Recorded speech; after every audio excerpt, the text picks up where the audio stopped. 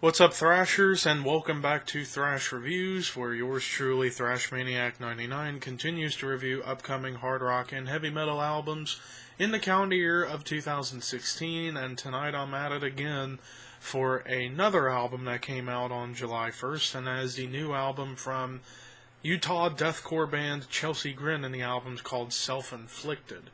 Chelsea Grin is a band that formed in 2007, and this is their fourth album. Their first album came out in 2010 called Desolation of Eden, and the band has been trying to experiment with different genres of metal. Their album My Damnation tried to combine deathcore with doom and black metal influences. And for a lot of deathcore fans, they really loved that album, and then they pushed the envelope on Ashes to Ashes, but let's see about Self-Inflicted. And the reason why this review is pretty short, it's because, personally speaking, when I heard this album, there was only a couple of tracks, in my opinion, that had any minor value. The opening track, Welcome Back, and Scratching and Screaming all had something different to offer, and the tracks were crafted in a competent way. But I think the album overall just wasn't very good.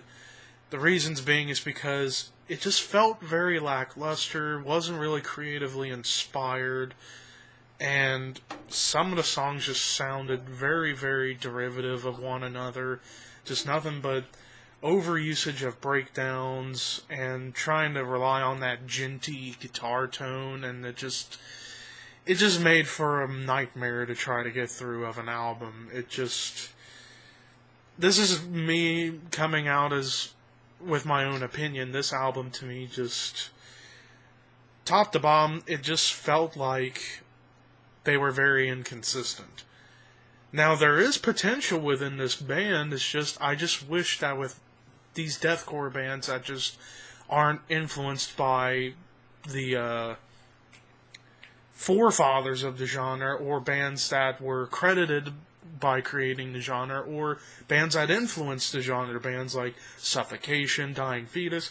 But a lot of these newer deathcore bands, aside from perhaps Die Hard Is Murder, some of these newer deathcore bands just exploit a lot of what the original deathcore bands did. Bands like the Red Chord, Despised Icon, early Suicide Silence, Carnifex, early Whitechapel, early Job for a Cowboy. It's like it just gets exploited, and that's why I think people seem to have a problem with deathcore now of the newer bands, is because they just feel it's not creatively inspired. But I honestly think that the album title was a perfect metaphor for how this album was. They self-inflicted themselves creatively. It just, like I said, lackluster. Sometimes it felt kind of boring and bland and derivative. So overall, I would give this a 65 out of 100.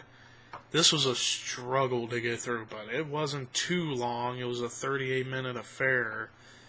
But hopefully the band can learn from this album and try to get back to basics and start from scratch and try to create something different. Something that's listenable, something that's more creatively inspired. Thank you guys for watching. Peace out, people.